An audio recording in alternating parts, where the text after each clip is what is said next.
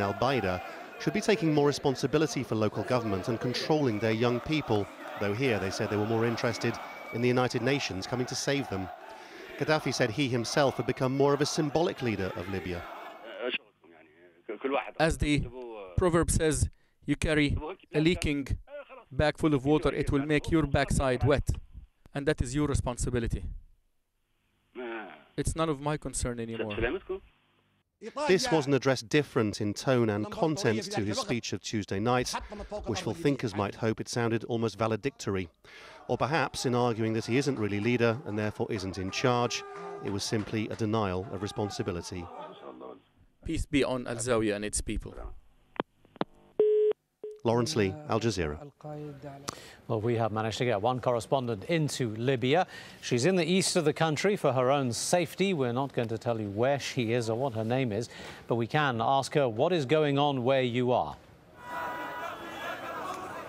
Well, I am the part of the country where people say it's a liberated east of the country. I certainly don't see any presence of forces loyal to Gaddafi. The security of the area has been taken in the hands of the civilians, or who are helped by military, Air Force commanders and soldiers who have actually turned their back to Tripoli. So the area is quite calm, even though there is still anxiety in the air. There is the sense that maybe there will be a counter-offensive, and people here are certainly preparing to it. I have to say that in the last 48 hours, I haven't seen one woman on the streets. But are people generally in the streets, and are they able to move freely without fear of encountering Gaddafi forces? Well, inside the towns, they are able to move freely. You do have checkpoints by young people. They make sure that no stranger comes in their town, or they certainly vet anyone before coming in. But life is still not back to normal. The shops are closed, the schools are closed. There is really no life on the streets, if you want. I think anyone who comes out just comes out because he really or she really has to be out. But certainly we can't say that the situation is normal or coming close to getting normal. Well, we have been looking at pictures from Al-Baida, which is in the east, and where people appear to be gathering on the streets in fairly large numbers and chanting what presumably are anti-Gaddafi comments. And we also heard that the Justice Minister is in Al-Baida and met with other tribal leaders. Is there anything you can tell us about that meeting and what came of it? Yes, it was a meeting that was, as you say, presided by the Justice Minister. He is rallying many people around him just for the simple fact that he resigned because of the way the government answered these protests. Now, this was a meeting of tribal leaders. There were army commanders there, Air Force commanders. They were trying to find a way to bring back life on the streets to sort of secure the people, and they were also making demands. I mean, the overwhelming idea there that it's too late for dialogue. Nothing short of the resignation of Muammar Gaddafi would be acceptable.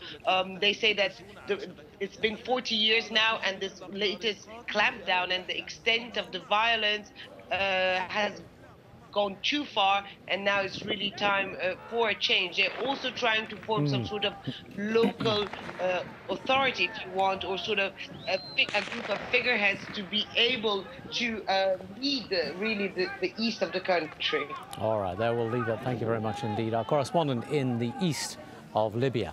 Well, a short while ago, officers from the Bayan air base in Benghazi sent us a video that they had made explaining why they have decided to leave the government and support the protesters. I, Colonel Pilot Hussein Watfali, commander of Helicopter Squadron at Benin Air Base, announce in this solemn moment that we are joining the revolution, joining the rebelling people of February 17th. The majority of personnel in the base, including officers, commissioned officers and enlisted conscripts, are joined by civilians inside the base. We will die defending our country, the homeland Libya. Long live the revolution. Long live the February 17th youth. Long live free Libya. And as the standoff continues and the violence begins to rise again, Muammar Gaddafi's support continues to thin.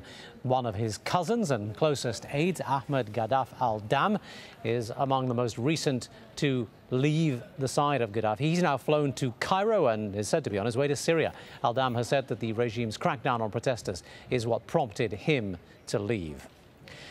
Meanwhile, thousands of Libyans have also been heading to the border with Egypt, hoping to get away from trouble. Jamal El-Shail is there in the town of Saloum, which is just inside on the Egyptian side of the border. Jamal, what are you seeing where you are? Yes, Timur, it is a very cold night here on the border with Libya, and the thousands of Egyptians who continue to stream, fleeing the violence, continue to pour into this border town. The traffic has subsided quite a bit in comparison to the past couple of days, where we saw huge amounts, essentially waves upon waves of people entering Egypt. It has come down a bit, however, there is still a steady flow. And just to try and give our viewers an idea of how things are here, obviously there are still thousands on the other side of this border, I'm told, who are camped outside, and it is a very, very cold night here. I myself have put on 2 overcoats on top of what I'm wearing, so it must be very difficult for those who are on the other side. Many of them have their children, their wives with them, and there isn't really a refugee camp on the other side. There is no United Nations, there is no shelter for these people who are trying to escape the violence in Libya, Timur. Jamal, we're hearing that the eastern part of the country, the side on which you find yourself, is now in the hands of the protesters and much calmer. Are the people who are coming across not convinced that that will last? Well, it definitely is calmer, and it has been under the control of the opposition for at least 2 or 3 days now, according to the reports we're getting. However, a lot of the people fleeing aren't necessarily from the east. Some of them were lucky enough to escape places further deeper inside Libya, and others are simply, they have no work left, because a lot of the Egyptians that work inside Libya work in the construction industry. They are laborers and so forth, and a lot of them worked for state-run companies, and now not only do they not have any jobs, but they tell us that they were specifically targeted by mercenaries hired by Gaddafi, according to the accounts we're hearing, and therefore their life generally, even if it is calm in the eastern side of the country, is under threat. A lot of them also have come with the messages from, as you can hear, there's ambulances coming in.